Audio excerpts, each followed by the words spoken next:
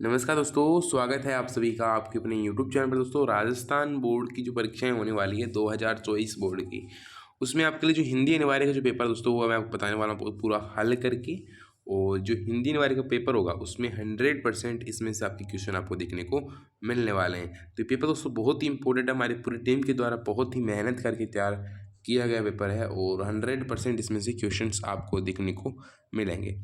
तो ये पूरा पेपर मैं सोल्व कराने वाला हूँ 2023, तो इसमें बिल्कुल हूबहू आपको ऐसा पेपर देखने को मिलेगा। तो दोस्तों सबसे पहले तो अगर आपको इस पेपर की पूरी हल सहित पीडीएफ चाहिए तो आप हमारे टेलीग्राम चैनल को ज्वाइन कर सकते हैं, जिसकी लिंक आपको नीचे फर्स्ट कमेंट में पिन की गई है, साथ ही डिस्क्रिप्शन बॉक्स में मिल जाएगी। तो आप ज्वाइन कर सकते हैं। प्लस साथ में एक हम आपको वहाँ पर व्हाट्सएप ग्रुप की लिंक मिलेगी, वो भी ज्वाइन कर लेना। वहाँ पर क्या है, आपको डेली जो भी पेपर आएंगे वो आपको वहाँ पे अपलोड कर दिए जाएंगे। तो आप प्लीज़ वहाँ पे जरूर ज्वाइन कर लेना, ठीक है दोस्तों। तो चलते हैं आगे अपनी वीडियो की तरफ। तो 3 घंटे 15 मिनट का दोस्तों अपने क्या रहने वाला है, समय रहने वाला है। 80 नंबर का पेपर रहेगा, हिंदी का पेपर है, तो आप देख लेते हैं। सबसे पहले आपके आएगा एक क्या अपठित खंजास। तो यहाँ पर भारतवर्ष व प्रकृति की विशेष कृपा है, यहाँ सभी ऋतुएं। तो यहाँ भारतवर्ष और प्रकृति के बारे में बताया गया है।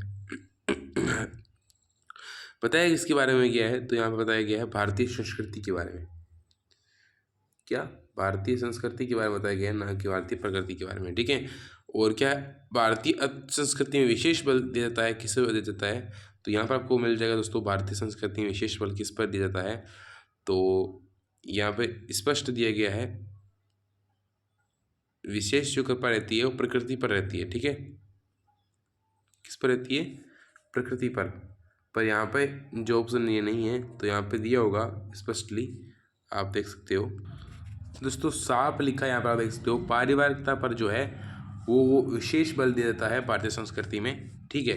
तो अगला क्वेश्चन देखते हैं दोस्तों। अगला क्वेश्चन क्या है, अतिथि देवो भव जो परंपरा है वो मूलतः किस देश से ली गई दोस्तों, भारत देश से ली गई है। आप साफ यहाँ पर गंजास में देख सकते हो, यहाँ पे लास्ट में दिया हुआ है, आप देख सकते हो कि अतिथि को भी देवता माना जाता है, अतिथि देवो, ये भारत से है। फिर दोस्तों अगला क्वेश्चन क्या है कि भारतीय संस्कृति में नैमित्तिक कार्यों में शुभ किसे माना जाता है, तो सूर्य चंद्र दर्शन जो है उनको शुभ माना जाता है। यहाँ पे स्पष्ट लिखा है सूर्य चंद्र दर्शन मित्य और नैमित्तिक कार्यों में शुभ माना जाता है, ठीक है। फिर दोस्तों आपको हर एक क्वेश्चन दूंगा कहाँ से क्वेश्चन उठाया गया है। भारत में मोक्षदायिनी किसे माना गया है दोस्तों, मोक्षदायिनी नदियों को माना गया है। कहाँ से देखना है आपको, अगर पूरा देखना है आपको तो यहाँ पे देखिए आप, जो यहाँ की नदियों को मोक्षदायिनी समझी जाती है। फिर दोस्तों आगे देखते हैं, भारत में सदैव कवियों का प्रेरणा स्रोत कौन सा रहा है, हिमालय पर्वत, नगाधिराज हिमालय पर्वत। और यहाँ पे साफ दे रखा है, आप यहाँ पे गौर करो, यहाँ पे साफ दे रखा है नगाधिराज हिमालय कवियों को सदैव प्रेरणा से देता आ रहा है। तो इन चीज़ों को समझो और ये बहुत ही ईजी आपके लिए रहने वाला है। फिर दोस्तों अपठित पंध्यास है, इसको ध्यानपूर्वक पढ़ना है। कोई खंडित कोई कुंठित कृष्ण बाहु पसलियाँ रेखांकित, टहनी से टांगे बड़े पेट, टेढ़े मेढ़े विकलांग गणित, विज्ञान चिकित्सा से वंचित ये नहीं था, स्त्रियों की रक्षित, जहाँ स्वास्थ्य सेज हो ये सुख से लौट, स्वास्थ्य के बारे में कुल मिलाकर बताया गया है। तो इसका आपके अनुसार किस विषय पर लिखा गया है, गांव के बच्चों में कुपोषण की समस्या, गांव में चिकित्सा सुविधाओं का अभाव, गांव में बच्चों की दयनीय दशा का वर्णन, चिकित्सा होगा, ठीक है। दूसरे पद में कवि क्या कह रहा है कि विज्ञान चिकित्सा से वंचित ये नहीं था, से गांव में चेतना का अभाव है, चिकित्सा का अभाव है, इस प्रकार से। दूसरे पद में कवि क्या कह रहा है तो ठीक है, यहाँ पे कह रहा है गांव में विज्ञान को शिशु शिक्षा नहीं दी जाती, गांव में शिशु, गांव बच्चे स्वास्थ्य सजग ये शारीरिक व्यायाम कर रहे हैं, ये नहीं है दोस्तों। तो यहाँ पे शिक्षा नहीं दी जाती, पहला हो गया। फिर गांव में कुपोषित खिन्न ये, ठीक, गांव के बच्चों की स्थिति कैसी है यह पढ़ लेना। इसका में प्रयुक्त गुण कौन सा है दोस्तों, ओज गुण है, माधुर्य गुण है, प्रसाद गुण है। तो यहाँ पे आपका कौन सा गुण है, प्रसाद गुण है। जग जीवन धारा में बहते पंक्ति, जग जीवन धारा बहते पंक्ति, अलंकार कौन सा दोस्तों, अनुप्रास अलंकार है, जग और जीवन दोनों, ठीक है। निम्नलिखित रीत अनुपूर्ति की चीज व्यक्त वाणी के रूप में जिसकी व्यक्ति की जाती है उसे क्या कहते हैं दोस्तों, उसे भाषा कहते हैं, ठीक है। फिर अगला है पंजाबी भाषा की लिपि कौन सी है दोस्तों, तो पंजाबी भाषा दोस्तों लिखी है गुरुमुखी, कौन सी है, गुरुमुखी लिपि आपकी पंजाबी भाषा की है। फिर सूर्य सिर पर आ गया वाक्य में कौन सी शब्द शक्ति है? इसमें दोस्तों अभिधा है या लक्षणा है, ये आप बताओ मुझे कमेंट बॉक्स में। जब किसी काव्य रूढ़ि परंपरा को आधार बनाकर शब्द शक्ति का प्रयोग होता है तो वह कौन सी लक्षणा कहलाती है, वो आपको बताना है। जहाँ एक ही शब्द अनेक अर्थों को प्रकट करता हुआ केवल एक बार प्रयुक्त होता है तो उसे क्या कहते हैं? यमक अलंकार कहते हैं।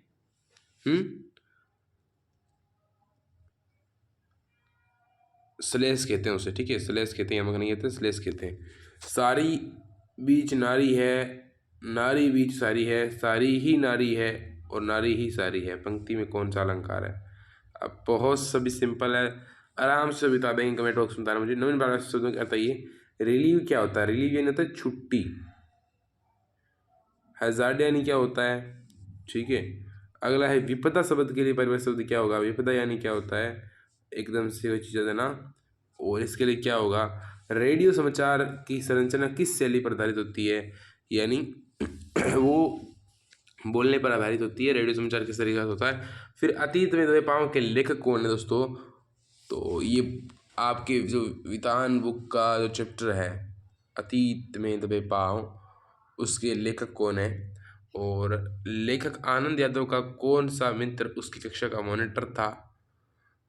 ठीक है, बसंत ऐसा कुछ नाम था। और मोहनजोदड़ो कितने हेक्टेयर क्षेत्र में फैला हुआ था? यशोधर बाबू का व्यक्तित्व किन परंपराओं पर आधारित है? यानी यशोधर बाबू जो है वो किन परंपराओं पर आधारित है? जो ठेठ ग्रामीण परंपराओं पर आधारित है, किशिंदा से वो प्रभावित है। ठीक है। बात जो एक शरारती बच्चे की तरह मुझसे खेल रही थी, पंक्ति में कवि कुंवर नारायण का क्या आशय है? यानी बात जो है वो इस तरीके से खेल रही थी, मतलब शब्दों के जाल में फंस रहे थे वो। ठीक है। लुट्ठन ने किस प्रसिद्ध पहलवान को कुश्ती में हरा दिया था? पंजाब से एक पहलवान आया था, उसका नाम क्या था? क्या नाम था उसका? पंजाब से एक पहलवान आया था और उसका नाम कमेंट बॉक्स में बताओ मुझे। आत्म परिचय कविता में कवि बच्चन ने क्या संदेश दिया है कि दुनिया में सबसे कठिन काम क्या है? खुद को जानना है। खुद को जानना दुनिया में सबसे कठिन काम है, ये हरिवंश राय बच्चन ने बताया था। आत्म परिचय, खुद से परिचय करो। भक्तिन के पिता का क्या नाम था दोस्तों? मोस्टली यहाँ पर फैक्ट आ रहे हैं, तो आप एक बार लेशन को पढ़ लोगे तो आप बता सकते हो। ठीक है दोस्तों। और भक्तिन के पिता का नाम क्या था, ये पूछ रहा है। फिर दोस्तों एंकर बाइट से आप लोग क्या समझते हैं? एंकर बाइट से आप लोग क्या समझते हैं? तो इन सभी के दोस्तों हल सहित पीडीएफ में टेलीग्राम चैनल पर डाल दूंगा विथ आंसर्स। ठीक है। मुद्रित माध्यम की मुख्य कमियों को स्पष्ट करना है आप लोगों को। ठीक है। मुद्रित माध्यम में मुख्य कमियाँ क्या क्या रह गई है, उनको आप लोगों को स्पष्ट करना है। ठीक है। मुद्रित माध्यम की मुख्य कमियाँ मतलब किस तरीके से शब्द अशुद्धि होती है, लोग पढ़ नहीं पाते हैं, भाषा की कमी रहती है, ये सब कुछ फ़ॉन्ट वगैरह की। समाचार लेखन और फीचर लेखन अंतर स्पष्ट कीजिए। समाचार लेखन में क्या होता है? किसी चीज़ को एक क्या होता है, वो सीधी सूचना दी जाती है। जबकि फीचर लेखन में क्या होता है, किसी चीज़ को बहुत ही आकर्षक ढंग से जब पेश किया जाता है उसे फीचर लेखन कहते हैं। फीचर लेखन की शुरुआत बहुत ही अलग तरीके से होती है। समाचार की शुरुआत मुख्य रूप से पहले समाचार होता है उसमें, और क्लाइमैक्स जो होता है समाचार में सबसे पहले होता है, फीचर में क्लाइमैक्स सबसे लास्ट में होता है। लेखक ने महात्मा गांधी को शिरीष के समान क्यों बताया? शिरीष का फूल किस तरीके से रहता है उसके बारे में बताया गया है। पहलवान लुठन सिंह के साहस की सबसे बड़ी परीक्षा कब हुई? जब उसने जब क्या हुआ, जब उसने, हाँ उसका चांद सिंह नाम था, सॉरी बच्चों, उसका जिस पहलवान को उसने हराया था उसका नाम चांद सिंह था। ठीक है। साहस की सबसे बड़ी परीक्षा कब हुई? बादल राग कविता में कवि की सहानुभूति किसके प्रति जो प्रकट हुई थी? ठीक है। अगला क्वेश्चन से सूर्योदय होने से उषा का कौन सा जादू टूट जाता है? मतलब उषा का किस प्रकार से फिर वो जादू रह नहीं पाता, उषा कविता में जो बताया गया है। उस एम का सीमा को कॉपी पेस्ट करना है, वही का वही। ठीक है। फिर आपका है खेती ने किसान को भिखारियों ने भीख, पंक्ति के आधार पर सिद्ध कीजिए कि तुलसी ने अपने युग की गरीबी तथा भूखमरी का वर्णन किया है। यानी किसान को वहाँ पर खेती नहीं मिल रही है, भिखारी को भीख भी नहीं मिल रही है, इस तरीके से वहाँ की उस टाइम की गरीबी को बताया गया है। यानी किस प्रकार लोग अपनी बेटी बेटों को तक को बेच देते थे उस गरीबी में। और तुलसीदास ने ये बहुत अच्छे तरीके से अपने पदों में समझाया है। निराला के बादल राग का वर्णन कीजिए। बादल राग को क्रांति का प्रतीक बताया गया है। बादल को क्या है वहाँ पे? क्रांति का प्रतीक बताया गया है। आप ये चीज़ ध्यान रखना। बादल को वहाँ पे क्रांति का प्रतीक बताया गया है और कहा गया है जब तक बड़े लोग शोषण करते रहेंगे जब तक हम आवाज़ नहीं उठाएंगे, ठीक है। इंद्र सेना पर पानी फेंकने न फेंकने के बारे में जीजी और लेखक के विचारों की तुलना कीजिए। लेखक के विचार क्या था कि पानी की निर्मम बर्बादी है, ठीक है, वो कह रहा था पानी तो वेस्ट जा रहा है, जबकि जीजी का तर्क था कि पानी वेस्ट नहीं जा रहा है, ये क्या है, उसकी एक तर्क अलग थे कि अगर हमें कुछ त्याग करना पड़ता है। उसके विचार अलग थे जो कि आज के समय में भी प्रासंगिक हो सकते हैं, ठीक है। डॉक्टर आम्बेडकर की जो है कल्पना के जो आदर्श समाज था उसके 3 बिंदु का मुख्य उल्लेख कीजिए।